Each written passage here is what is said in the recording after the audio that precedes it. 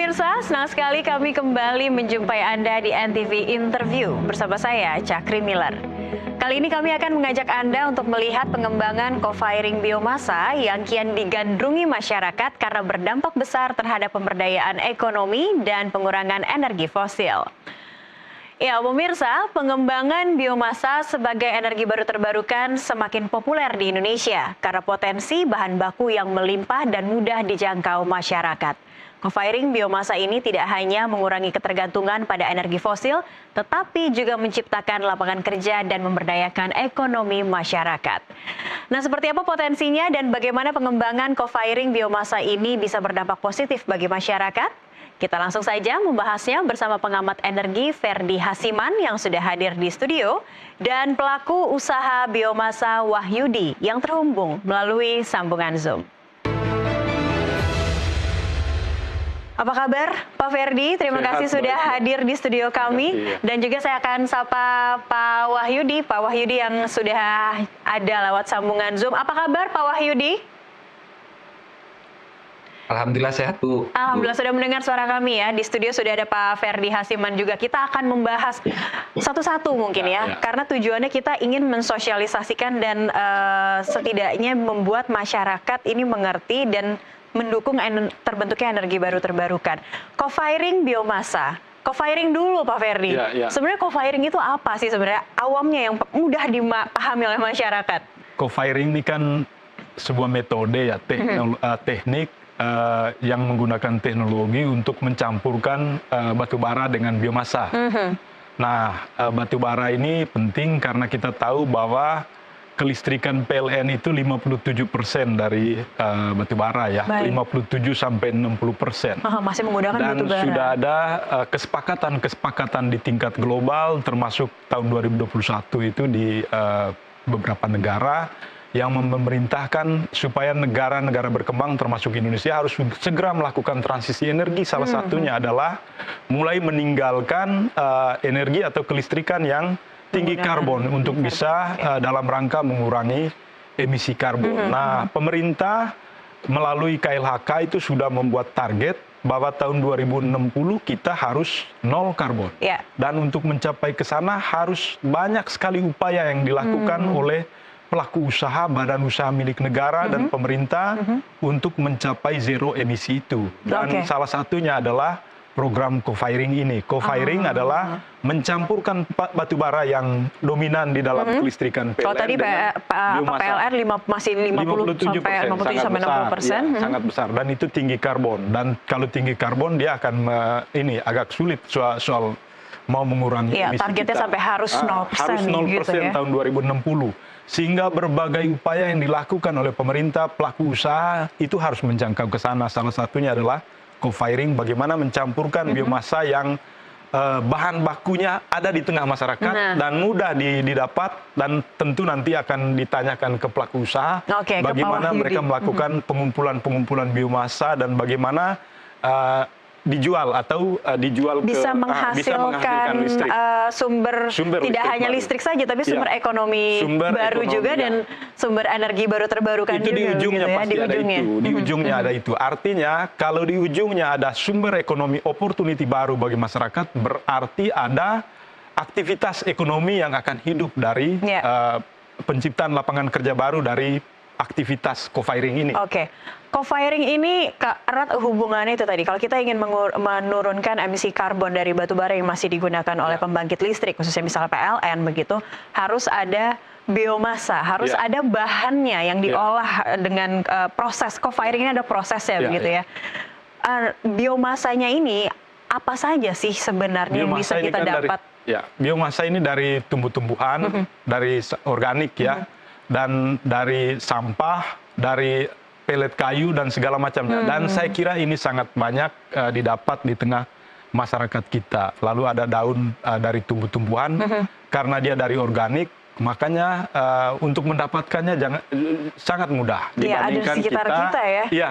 Berarti daun kering di halaman itu bisa dikumpulkan dan menjadi salah satu biomasa begitu Saya Pak? Kira bisa ya, karena ini kan dari organik, tumbuhan organik. Kalau dari tumbuhan organik, daun kering yang ada di sekitar halaman kita itu bisa dikumpulkan. Hanya bagaimana cara mengumpulkan dan cakupannya itu yang harus kita tanyakan lebih jauh ke para pelaku usaha kan. Karena ini teknologi co-firing ini baru berkembang kalau saya nggak salah di tahun 2021.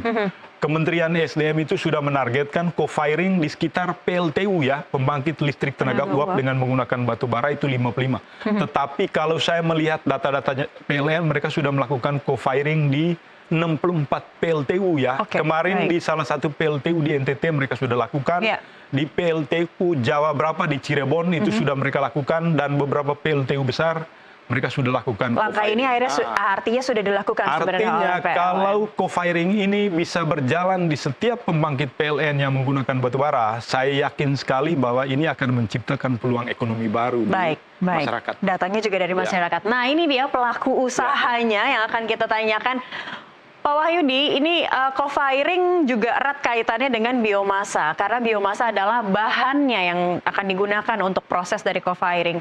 Ya, apa yang Anda lakukan sebenarnya sebagai pelaku biomasa, dan bahan seperti apa sih sebenarnya yang dikumpulkan hingga ini dikatakan menciptakan peluang ekonomi baru juga begitu? Karena bagi kami itu yang bahan biomasa itu dari sisa limbah-limbah produksi sawmill, Mbak. Terus bahan biomasa itu sangat mudah dicari. Ya. Semudah apa begitu Pak? Dalam bentuk kalau sawmill ini kan kalau tidak salah limbah gergaji begitu ya, gergaji kayu ya? Ya Mbak. Baik, usaha Anda sendiri sebenarnya menghasilkan ada industri dari pengolahan kayu atau seperti apa hingga bisa mengumpulkan? Iya Mbak, kami bisa mengolah wood chip Mbak untuk produksi kami Mbak. Baik. Yang menginspirasi Anda apa Pak Wahyudi? Sampai atau ini mungkin tidak sengaja menemukan cara ini, atau memang sudah sosialisasinya juga sudah diketahui gitu sebenarnya? Kalau memang dulunya nggak sengaja Mbak, tapi karena banyak limbah-limbah yang di sekitar kami, terus ada yang nyari saudas itu. Memang artinya, apakah ini Anda mengetahuinya tadi kan menemukannya secara tidak sengaja, dan Anda katakan memang ada yang meminta begitu ya, mencari begitu ya Pak Ferdi ya? Apa yang Anda ketahui? Kita masih sapen Pak. Ada yang mencari untuk kebutuhan PLTU di arahan. Ya. Baik. Co-firing gitu Mbak.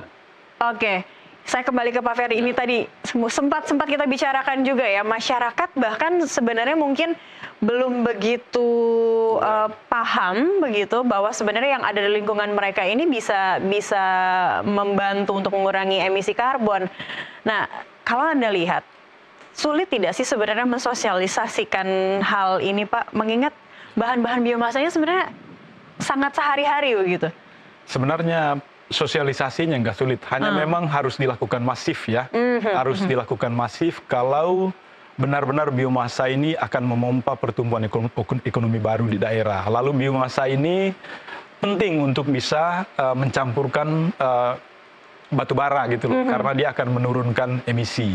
Kesadaran itu tentu tidak muncul dengan begitu cepat ya, tetapi prosesnya harus proses evaluatif gitu. Dan tentu butuh sosialisasi dilakukan terus-menerus.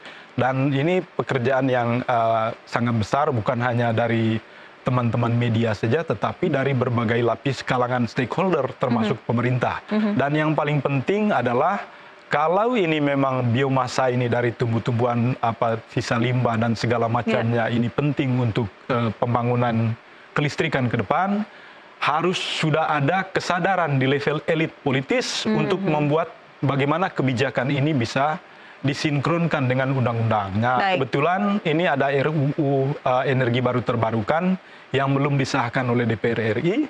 Saya kira hal-hal semacam ini harus masukkan juga di dalam salah satu pasal, bahwa biomasa ini hal terpenting yang akan bukan hanya menurunkan emisi, tetapi ini akan menciptakan opportunity baru di tingkat lokal gitu, di sekitar PLTU milik PLN yang ada di Ya, sekitar masyarakat juga begitu ya. Karena sekarang kan biomasa yang didapat dari PLN kan baru 64 PLTU yang mereka mau kembangkan dengan target ini. Kita berharap bahwa 2-3 tahun ke depan mereka akan sudah mulai melakukan itu, dan ini butuh partisipasi. Tentu pelaku usaha juga harus mulai memikirkan bagaimana diversifikasi bisnis, bukan hanya batu bara doang gitu loh. Tetapi tanaman sekitar situ juga yang mungkin juga bisa dimanfaatkan juga untuk co-firing ya. Ini bagian dari masyarakat karena mudah untuk didapatkan oleh masyarakat. Itu tadi sosialisasinya juga mungkin harus lebih banyak lagi sosok seperti Pak Wahyudi dengan usahanya. Tapi pemirsa, kita akan lanjutkan perbincangan kita di segmen berikutnya. Karena itu tetaplah di NTV Interview.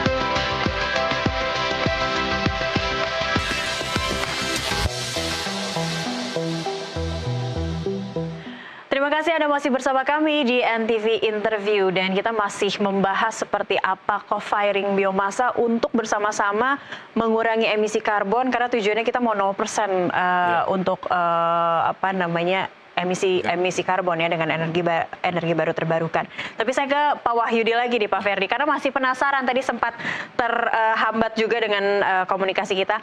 Pak Wahyudi, tapi sebenarnya bagaimana cara Anda, cara Bapak untuk mengumpulkannya, dan ini apakah usaha Bapak saja yang melakukan atau sudah mengikut sertakan banyak partisipasi masyarakat di sekitar tempat usaha Bapak yang juga mengumpulkan bahan-bahan biomasa ini, Pak Wahyudi?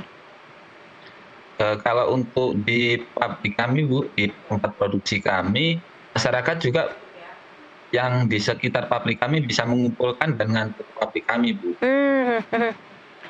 Yang dikumpulkan juga sama, Pak? Sawmill juga, serbuk gergaji juga, atau mungkin ada hal-hal ranting-ranting mungkin begitu tadi ya, bisa ya, Pak ya? Apa dari saja, Pak? ranting, terus dari pohon-pohon yang mau direplanting, Bu.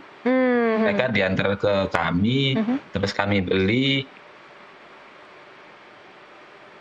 terus kami produksi untuk chip, Bu, untuk bahan baku biomas.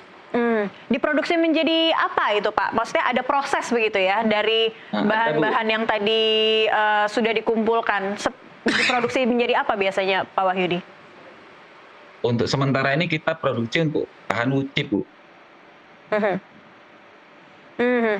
Lalu menjualnya itu tadi, karena kan kita membahasnya ini yang menarik adalah tidak hanya untuk lingkungan, mengurangi emisi, tapi ada opportunity untuk ekonomi baru begitu ya. Berapa nilai jual kalau kita boleh tahu, dan kemana Anda menjualnya begitu, Pak Wahyudi? Kalau untuk nilai jualnya, Bu, tergantung tempat kita menjual. Karena kita ada beberapa perusahaan swasta sih, Bu, yang memang memakai biomas, Bu. Oh, yang memang sudah menjadi rekanan juga ya, yang rutin Ya, Bu. menggunakannya. Nah, bagaimana reaksi masyarakat juga, Pak, dengan ini kan artinya aktivitas ekonomi yang baru juga, dan sebenarnya tidak sulit ya untuk mendapatkan bahan-bahan biomasa ini, Pak. Bagaimana reaksi atau tanggapan masyarakat? Kalau masyarakat, kalau ini untuk meningkatkan kesejahteraan mereka ya cukup baik sih, Bu. Dan ini memang dilakukan rutin begitu ya, dikumpulkannya rutin? Ya, karena kita rutin terus, barang itu memang untuk rantingnya memang tidak terpakai gitu. Oke, baik. Baik, Pak Wahyudi. Nah, ini bahan-bahan itu tadi yang ternyata masyarakat juga sudah mulai merasakan efek atau manfaatnya begitu ya, Pak ya. Tapi ini bagaimana Anda melihat masyarakat di saat masyarakat sudah berkontribusi, tapi mungkin dari pemerintah atau PLN sendiri begitu, Pak, untuk co-firing ini? Ini kan co-firing ini akan sangat efektif dilakukan kalau terjadi di sekitar pembangkit listrik batubara ya. Dan kalau di sekitar PLTU-nya PLN, saya yakin dengan adanya program yang disusun secara sengaja oleh pemerintah dan PLN, pasti dia juga sudah sangat matang untuk memikirkan bagaimana pengumpulannya. Nah, pengumpulan selama ini kan kalau kita melihat di beberapa pemberitaan, PLN sudah mulai melakukan co-firing dan masyarakat juga sudah mulai berpartisipasi untuk mengumpulkan bahan-bahan seperti yang dilakukan oleh Pak Wahyudi dengan kawan-kawan. Dan ini kan masih sangat kecil ya. Kita berharap ke depan karena PLTU ini besar dan lumayan skalanya lumayan masif di seluruh Indonesia, harus dilakukan masif juga sehingga ada partisipasi yang tentu akan membantu pertumbuhan ekonomi di daerah, membantu pertumbuhan ekonomi masyarakat gitu loh. Dan nggak usah jauh-jauh ya Pak Ferdi ya, di mana ada letak pembangkit di daerah terdekat ya, masyarakat itu juga bisa berpartisipasi usaha-usaha seperti Pak Wahyudi. Dan yang paling penting menurut saya adalah ini adalah proses sejarah ya, bahwa teknologi itu dengan sedemikian canggih ternyata bisa membantu ekosistem alam untuk hidup kembali gitu.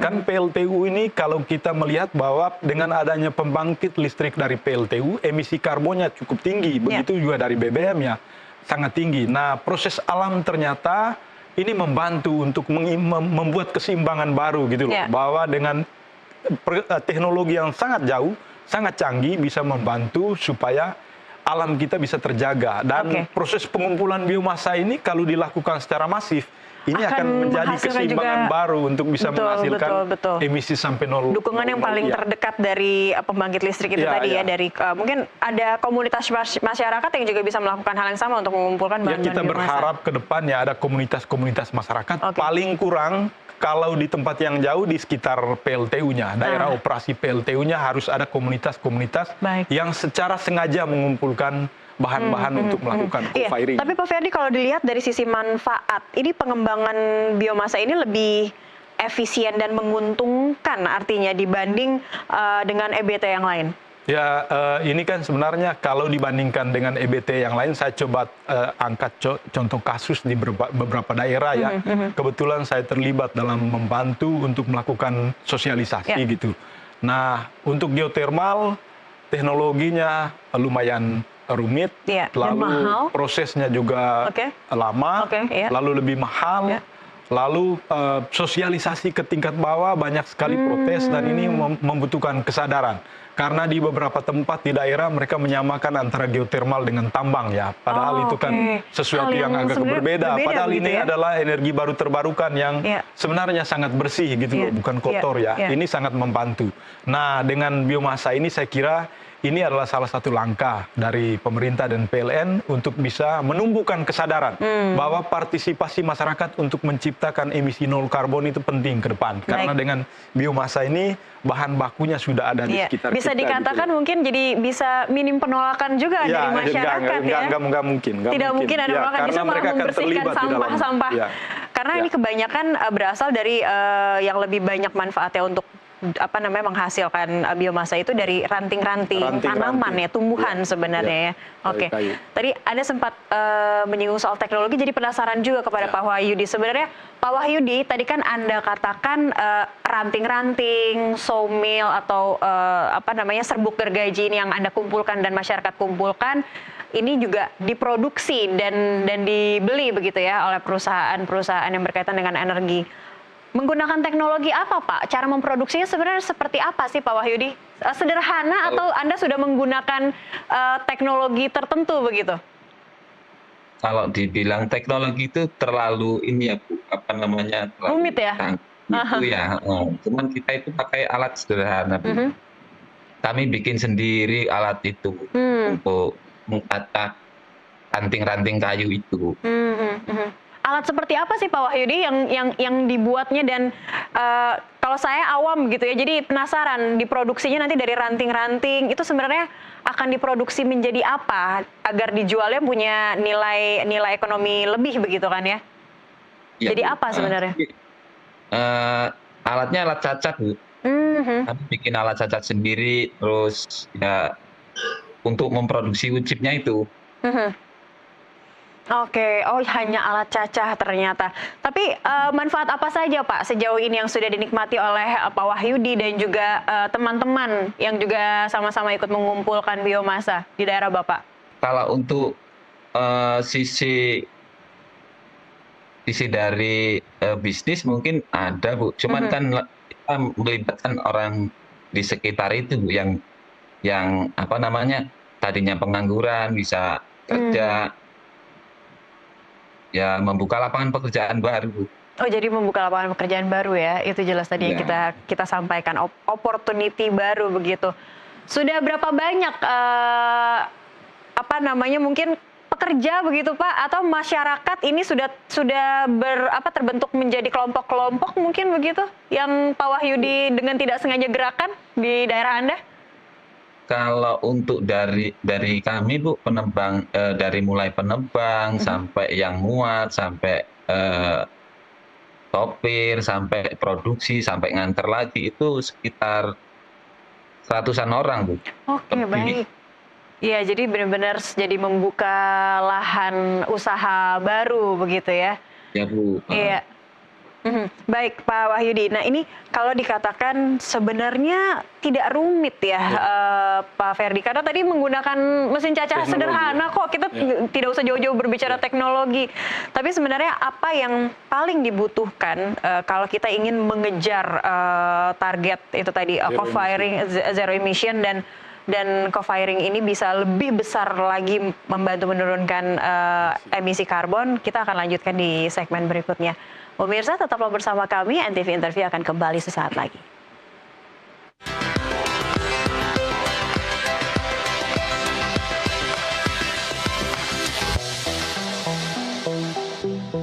Terima kasih Anda masih bersama kami di NTV Interview dan masih bersama dua narasumber saya. Ada Pak Ferdi sebagai pengamat energi dan juga Pak Wahyudi sebagai pelaku usaha biomasa ini, jadi usaha baru begitu ya. Tapi kalau tadi disampaikan sesederhana itu Pak Ferdi, hanya dicacah begitu. Tapi kan ada standar mutu produksi yang pasti ada sesuai dengan PLN.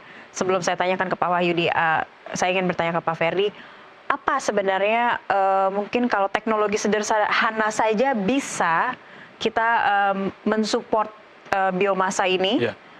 Sebenarnya apa yang bisa kita lebih masif lagi untuk bisa dilakukan? Ini pengakuan pelaku usaha Pak Wahyudi ini kan teknologinya belum begitu. Iya.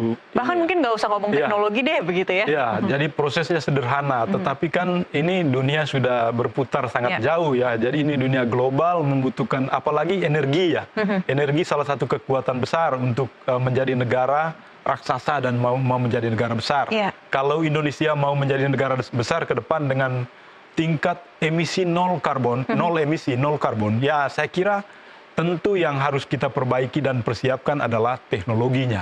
Jadi kalau Pak Wahyudi sudah bisa mengumpulkan biomasa dengan cara yang sangat sederhana, tentu negara dengan pelaku usaha yang duitnya lebih besar gitu harus sudah mulai memikirkan teknologi seperti apa yang bisa menciptakan produksi biomasa dengan angka yang begitu besar. Tapi di gambaran, ya maaf saya potong. Tapi di gambaran Pak Ferdi ada sebenarnya teknologi yang sudah bisa kita manfaatkan juga yang sudah ada. Saya kira ada karena di beberapa tempat kalau pembangkit listrik tenaga panas bumi kan sudah kelihatan teknologinya. Masa dengan teknologi yang begitu mahal, lalu dengan cara yang sederhana seperti biomasa nggak ada teknologinya. Dan ini tentu harus dilakukan secara sengaja gitu loh. Bagaimana biomasa ini ke depan bisa menciptakan keseimbangan baru atau bisa membantu untuk mengurangi proses pengurangan emisi ini, dan ini harus dipersiapkan secara sengaja oleh pemerintah dan pelaku usaha mulai bergeser ke sana bahwa biomasa ini salah satu upaya untuk mengurangi emisi karbon. Selain ada pembangkit listrik tenaga panas bumi, ada PLTA apa segala macam, itu juga sangat membantu ya. Tetapi proses-proses untuk mencapai transisi energi ini kan lumayan panjang ya. Bahkan misalnya sekarang untuk mencapai target energi baru terbarukan pemerintah baru sekitar 15% dari 23%. Padahal ini sudah tahun 2024 kan. Padahal targetnya 23% sampai tahun 2024. Oleh karena itu ya teknologi yang dibutuhkan supaya biomasa ini diproduksi secara masif dan menimbulkan partisipasi Iya, masyarakat ada yang lebih efek besar positif juga, yang lebih besar dan juga. juga ada efek pertumbuhan ekonomi yang lebih besar juga di daerah, itu penting. Artinya dengan cara seperti itu kelistrikan nasional PLN itu menciptakan pertumbuhan ekonomi baru di daerah gitu. Iya, dan yang paling ujungnya lagi penggunaan batu baranya bisa jauh lagi kita reduksi Iya. gitu ya Pak ya. Baik, kita ke Pak Wahyudi lagi. Pak Wahyudi, tadi yang saya ingin saya tanyakan, pastinya ada standar yang diinginkan dari hasil produksi biomasa Bapak itu tadi. Seperti apa standarnya yang mungkin ditetapkan oleh PLN yang Bapak berikan, Pak? Kalau untuk standar dari PLN, Bu, tentang kadar air, Bu, moisturnya, itu harus di bawah 35%, Bu. Untuk mencapai itu, Bu, kami perlu treatment, Bu, untuk sepertinya gini, kayu yang baru ditebang, kami biarkan dulu untuk beberapa hari, begitu kadar airnya menurun, kami berproduksi, kami giling gitu. Jadi itu langkah kami untuk menurunkan kadar airnya untuk bisa menjadi standar di PLN gitu. Oke, hanya kadar air saja Pak yang dibutuhkan untuk mutu standar atau ada hal lain? Sama sizing, Bu. Ukuran Sizing. itu sesuai. Ada pengaruh dengan itu tadi, harga mungkin ya Pak? Kalau sizing untuk ukuran yang lebih halus kah atau lebih kecil dengan yang lebih besar, lebih kasar, seperti apa Pak Wahyudi, bisa diceritakan? Kalau untuk sizing belum ini, Bu, belum ada pengurangan harga atau segala sebagainya. Tapi kalau untuk kadar air terus itu kan kalau di atas 35% mungkin kalorinya menurun, itu aja sih, Bu. Tapi harganya itu ngikutin kalori itu, Bu. Kalori ya? Baik, lebih tinggi kalori dan kadar air yang lebih sedikit, lebih rendah, itu yang Mempengaruhi harga. Maaf, bagaimana? Yang mempengaruhi harga gitu. Mempengaruhi harga, oke. Dan itu berarti Anda juga membantu mensosialisasikan standar mutu itu ke teman-teman yang ikut mengumpulkan, Pak Wahyudi? Iya, Bu. Gitu. Jadi yang baru ditebang dibiarkan dulu seminggu sampai 20 hari baru kami proses produksi.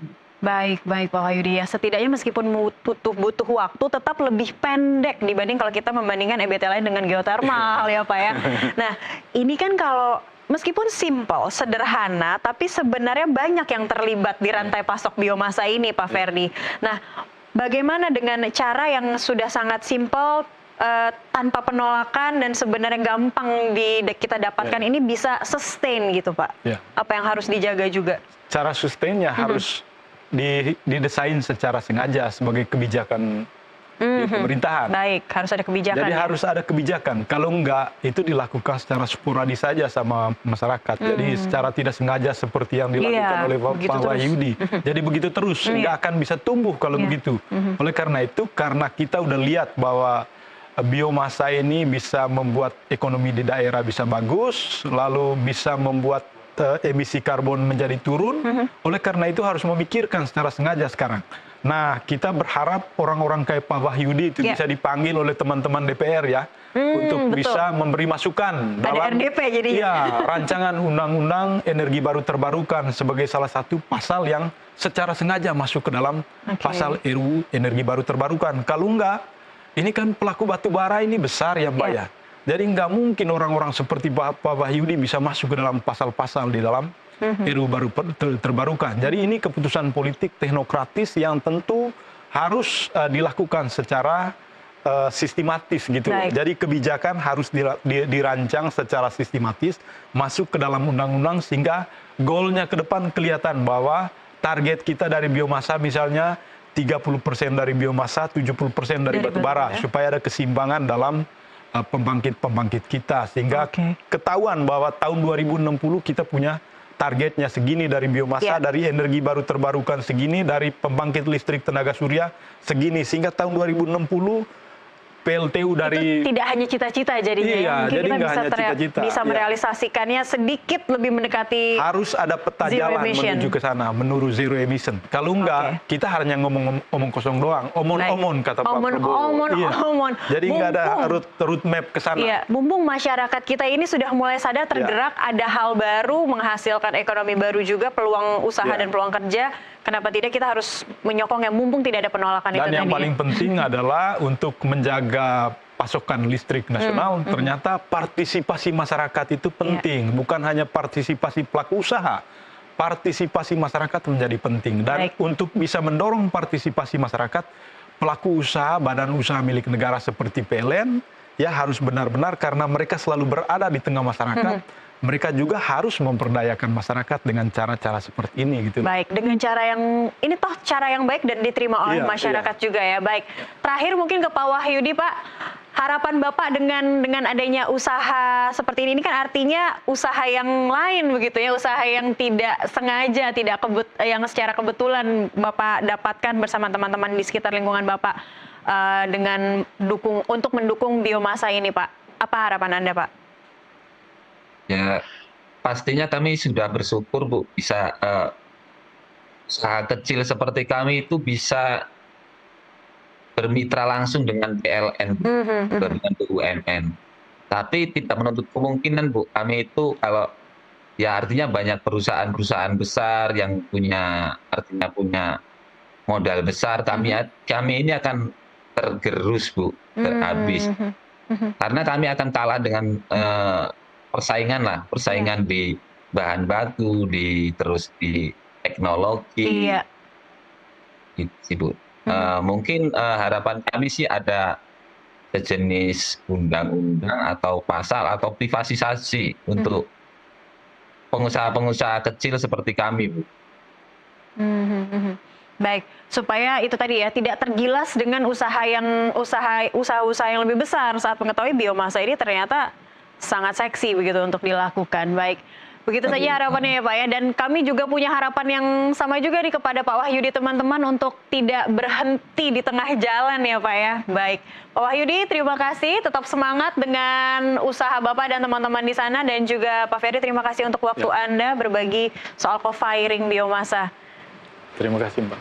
Pemirsa, demikian pembahasan kami seputar biomasa, dukung energi alternatif. Jangan lupa saksikan program NTV lainnya. Saya Cakri Miller undur diri, terima kasih atas kebersamaan Anda. Sampai jumpa.